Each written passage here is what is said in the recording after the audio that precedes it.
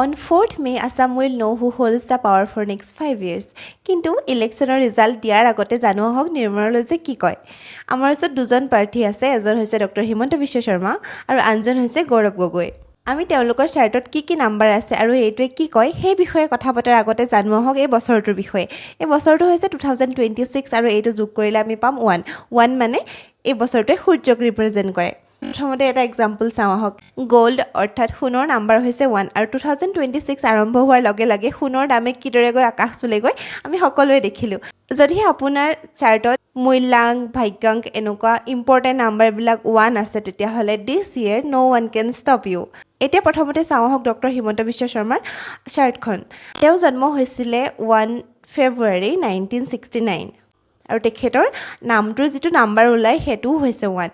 এতিয়া তেওঁ চাৰ্টখনত প্ৰথমতে আহিব তেওঁৰ বাৰ্থডেৰ যিটো ডেট 1, তাৰপিছত আহিব ফেব্ৰুৱাৰীৰ 2 স্থানত, পুনৰ 19ৰ 1, 9টো আহিব 9ৰ ঠাইত, 6টো আহিব 6ৰ ঠাইত, পুনৰ 9টো 9ৰ ঠাইলৈ আহিব।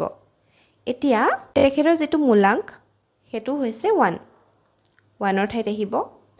তেওঁ গোটেই বাৰ্থডেটো যোগ কৰিলে যিটো তেওঁৰ ডেষ্টিনি নাম্বাৰ সেইটো পাওঁ আমি 1ৰ ঠাইত আহিব আৰু লগতে তেওঁৰ নামটোও হৈছে 1। এতিয়া আমি পালোঁ 2টা 9, এটা 2, এটা 6 আৰু 5টা 1। এইখন এখন সঁচাকৈ বৰ আচৰিত চাৰ্ট যিখনত আমি 5টা 1 পাওঁ। সাধাৰণতে 1 নাম্বাৰটোৱে বুজায় authority, command, leadership quality, ambition আৰু ৰুলিং এনাৰ্জি। যদি কাৰোবাৰ চাৰ্টত এটা 1 আছে তাৰ মানে তেওঁ কনফিডেণ্ট, যদি 2টা আছে তেওঁ হৈছে হাইলি ইনফ্লুৱেঞ্চিয়েল, যদি 3টা আছে তেতিয়াহ'লে তেওঁৰ ওচৰত লিডাৰশ্বিপ কোৱালিটি আছে। কিন্তু 5টা 1 এইটোৱে দেখুৱায় যে তেওঁৰ চাৰ্টখন কিমান পাৱাৰফুল হয়। আমি ভালদৰে চালে দেখা পাম যে 3টা ডিফাৰেণ্ট লেভেলত ছেইম নাম্বাৰ পোৱা যায়। এটা হৈছে তেওঁৰ মূল্যাংক যিটো তেওঁৰ বাৰ্থডে আৰু 2 নম্বৰটো হৈছে তেখেতৰ নামটো যিটো 1 আৰু লগতে এই বছৰটো। এই 3টা লেভেলত আমি একেটা নাম্বাৰকে পাওঁ।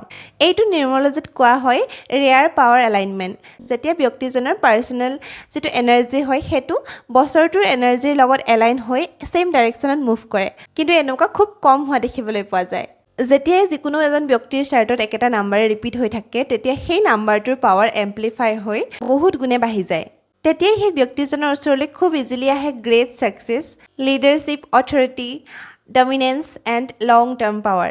লং টাৰ্ম পাৱাৰ বুলি কওঁতে এইটো হৈছে মানুহে এক্সপেক্ট কৰাতকৈও বেছিকৈ। যিদৰে এইবাৰ যদি ডক্টৰ হিমন্ত বিশ্ব শৰ্মা পাৱাৰত আহে তেতিয়াহ'লে তেওঁ বহুত দিনলৈকে ভাৰতৰ ৰাজনীতিত সক্ৰিয় হৈ থাকিব পাৰে, অথবা তেওঁ যদি কেতিয়াবা প্ৰাইম মিনিষ্টাৰো হয় আই উইল বি নট ছাৰপ্ৰাইজড।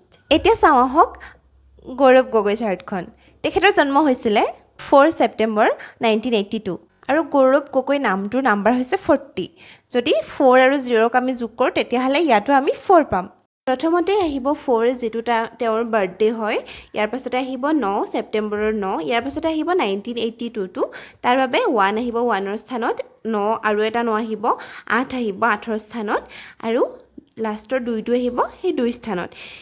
এতিয়া আহিব তেওঁৰ যিটো মূলাংক, যিটো তেওঁৰ বাৰ্থডেৰ মূলাংক হয় সেইটো 4 জেগাত আহিব। এতিয়া আহিব 6 যিটো তেওঁৰ ডেষ্টিনি নাম্বাৰ, গোটেই বাৰ্থডেটো যোগ কৰিলে পাওঁ, আৰু এটা 4 আহিব কাৰণ তেওঁৰ নামটোৰ পৰা 4 আহিছে। এতিয়া এইখন চাৰ্টত আমি দেখিবলৈ পাম যে এই চাৰ্টখনক ডমিনেট কৰিছে 4টোৱে আৰু 4 হৈছে ৰাহু। যদিহে 4ৰ বিষয়ে আপুনি আৰু বেছিকৈ জানিব বিচাৰে তেতিয়াহ'লে মোৰ পেজত ভিডিঅ' পাব, গৈ চাবগৈ পাৰিব। তেখেতৰ যিহেতু নামটো 4 আৰু তেখেতৰ চাৰ্টখনত 3টা 4 পোৱা যায়, সেইবাবে তেওঁৰ ওপৰত ৰাহুৰ যিটো প্ৰভাৱ সেইটো বেছিকৈ হোৱা দেখিবলৈ পাম। যিদৰে 1এ ৰিপ্ৰেজেণ্ট কৰে সূৰ্যক, সেইদৰে 4টোৱে ৰিপ্ৰেজেণ্ট কৰে ৰাহুক। আৰু 4 ব্যক্তিসকলৰ পাৱাৰ হৈছে মেণ্টেল পাৱাৰ, লং প্লেনিং, বিভিন্ন ধৰণৰ ইউনিক আইডিয়াছ। আপুনি যদি ৰাহুৰ বিষয়ে জানে তেতিয়াহ'লে বুজি পাব যে 4 মানে ষ্ট্ৰাগলো হয় আৰু 4 মানে কিছু ক্ষেত্ৰত ডিলেও দেখা পোৱা যায়। 4 is a karmic number that's main repeated delays even after hard work. কেতিয়াবা তেওঁলোক মিছ আণ্ডাৰষ্টেণ্ডো হয়, তেওঁলোকে ক'ব খোজে কিবা এটা কিন্তু বেলেগে বুজি পায় কিবা এটা। যিহেতু তেওঁৰ চাৰ্টখনত 4টো মাল্টিপুল টাইম দেখিবলৈ পোৱা গৈছে, 3বাৰ দেখিবলৈ পোৱা গৈছে, তাৰ মানে তেওঁৰ ষ্ট্ৰাগল থাকিলেও তেওঁ ছাকচেছ পাব, কিন্তু দেৰিকৈ পাব পাৰে, অথবা তেওঁৰ ওচৰত টকা পইচাৰ যিটো অভাৱ তেনেকুৱা ষ্ট্ৰাগল নাথাকিবও পাৰে। 4 আছে মানে এনেকুৱা নহয় যে তেওঁ ছাকচেছ নহ'ব, তেওঁৰ ওচৰত সকলো থাকিব, তেওঁ বিচৰা সকলো পাব, কিন্তু তেওঁলোকে দেৰিকৈ পায়। ফ'ৰৰ আৰু এটা কথা আছে যে তেওঁলোকৰ মাষ্টাৰ প্লেন ফেইল হোৱা দেখা পোৱা যায় চবৰে ক্ষেত্ৰত নহ'লেও বহুত ক্ষেত্ৰত এনেকুৱা হয় যে তেওঁলোকে যিটো মাষ্টাৰ প্লেন যিটো একমাত্ৰ গ'ল এটা থাকে যে সেইটো দিশত বছৰ বছৰ ধৰি কাম কৰি থাকে সেইটো কেতিয়াবা ফেইল হোৱা দেখা পোৱা যায় যদি গৌৰৱ গগৈ ডাঙৰীয়াৰ অসমৰ মুখ্যমন্ত্ৰী হোৱাটোৱেই তেওঁৰ মাষ্টাৰ প্লেন তেতিয়াহ'লে এইটো ফেইলো হ'ব পাৰে কিয় এইদৰে কোৱা হয় জানেনে যদি আগৰ ভিডিঅ' চাইছে তেতিয়াহ'লে আপুনি গম পাব কাৰণ ৰাহুৱে এবাৰ অমৃত খাবলৈ মাষ্টাৰ প্লেন বনাইছিল যিটো তেওঁ ফেইল হ'ল আৰু সেইটো যদি তেওঁ খাব পাৰিলে হ'লে তেতিয়াহ'লে তেওঁ অমৰ হৈ গ'ল হ'লে যিহেতু তেওঁৰ ওপৰত ৰাহুৰ প্ৰভাৱ বহুত বেছিকৈ আছে সেইবাবে হয়তো তেওঁৰ মাষ্টাৰ প্লেন ফেইল হ'বও পাৰে 4 থকা মানে এনেকুৱা নহয় যে তেওঁৰ জীৱনত ছাকচেছ নাপাবই ছাকচেছ তেওঁ পাব তেওঁ বিচৰা সকলো পাব পাৰে বা বিচৰাতকৈ বহুত বেছিকৈ পাব পাৰে কিন্তু সেয়া বহুত লেটকৈ পোৱা যায় এইবাৰ নিউমেৰলজিৰ ফালৰ পৰা মই যি বুজিছোঁ এইবাৰৰ শাসনত আহিব ডক্টৰ হিমন্ত বিশ্ব শৰ্মা সেইটোতো মই 100% ক'ব নোৱাৰিম যে সেইটোৱেই হ'ব কিন্তু যদি হয় মোক কমেণ্ট কৰি নিশ্চয় জনাব আজিলৈ আহোঁ অন্য এটা ভিডিঅ'ৰ লগত আকৌ লগ পাম বাই বাই